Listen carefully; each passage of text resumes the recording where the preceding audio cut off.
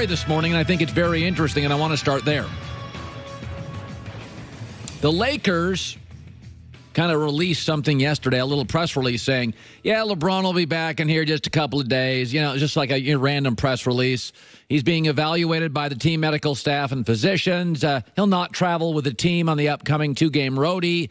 Has been cleared to return to practice commencing next week and progress towards a return thereafter. Yeah, it's just kind of a random press release, no big thing. Oh, but the reaction by Rich Paul in LeBron's camp, a little more than sensitive. Quote, we don't give a blank what nobody thinks. We're going to do what's best for him. When he feels he is best, he'll play. We're not on nobody's timeline. Look, LeBron's in his 16th year. We don't know nothing to nobody. When he's ready, he'll be back. It's as simple as that. Excuse me. So the Lakers just released a very common press release, and Rich Paul delivered a double middle finger.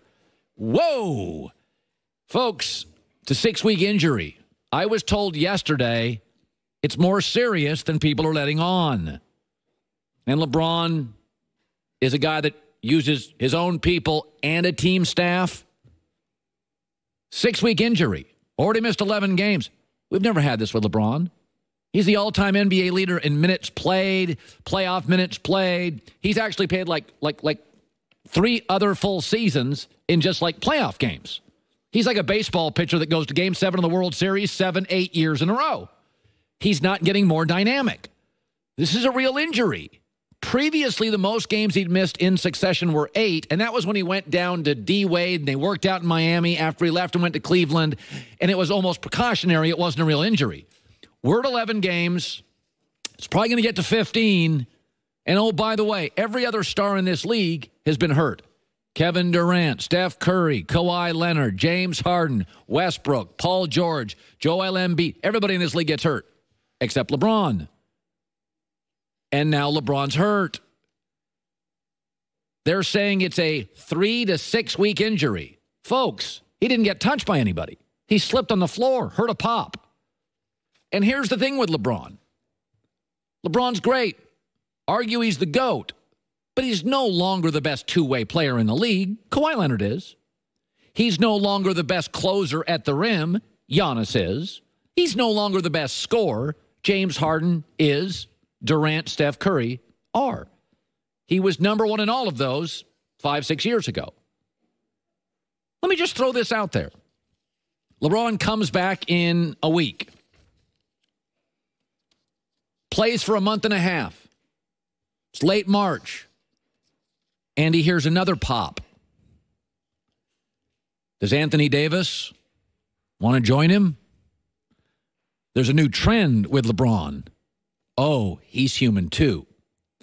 And I think what this shows is that the LeBron-Lakers situation, there is not perfect harmony. Kobe Bryant and Magic Johnson were emotionally and physically all in on the Lakers. Let's just say LeBron's at the bar having a cocktail, hasn't gone into the restaurant yet. I was told when he first arrived, he was reluctant to sign basketballs with the rest of the players. He uses his own training staff. He still doesn't quite know if he's got a number 2 on this roster, nor does he know if he'll land Anthony Davis. When LeBron joins your team, and I understand this, he's always felt he and his camp, hey, we're doing you a favor. Deliver for us.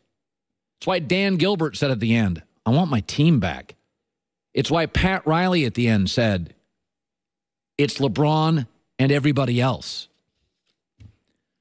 This thing is not in full harmony. And here's the problem.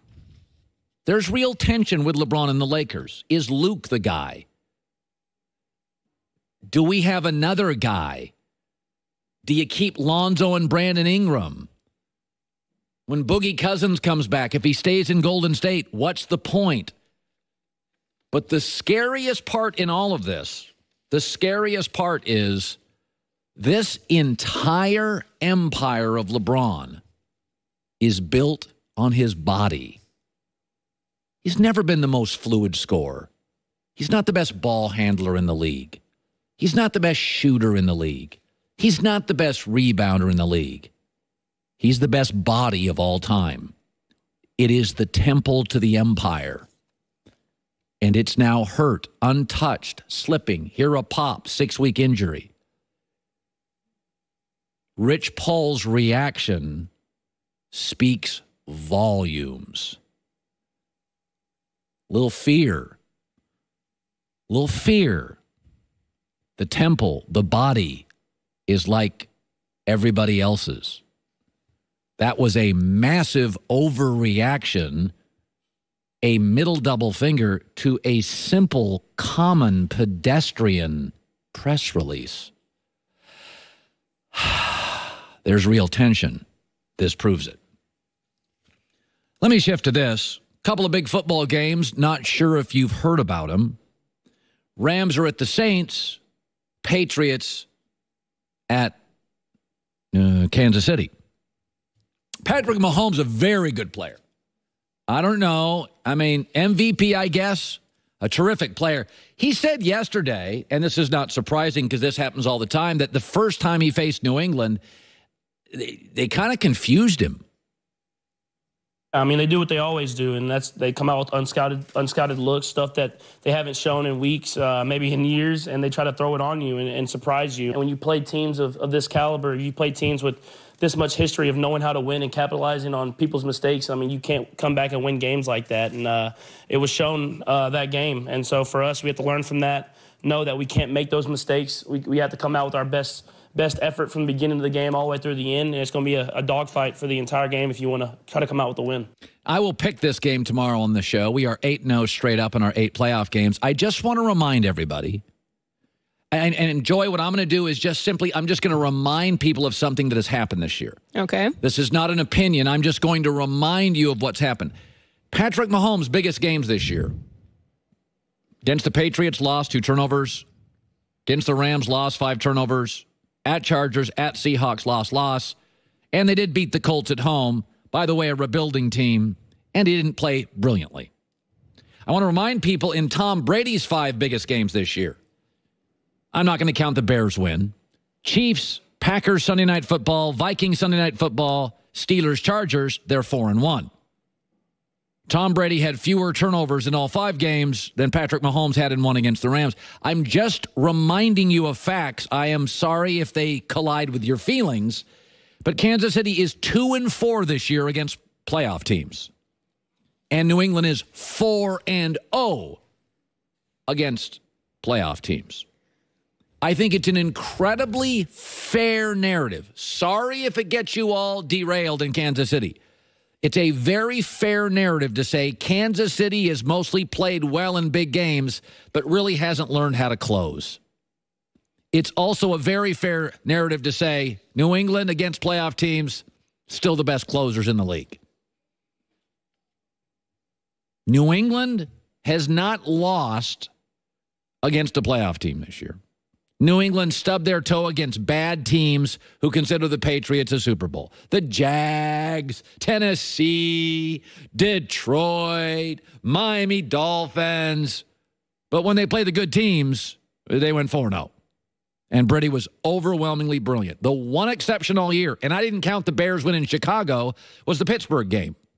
And that was a game in which Josh Gordon, we later found out 48 hours later, had derailed, gone off course, and they cut him. And so they didn't really have anybody to throw to down the field late. You remember that. It was odd. We talked about it the next day. Why didn't they look or throw to Josh Gordon? 36 hours later, he's off the team. These are just facts. Biggest games this weekend. Kansas City's played generally well, hasn't learned to close. New England still best closers in the league. Was that fair? Was that incendiary? Was that controversial? Was that a hot take or anything?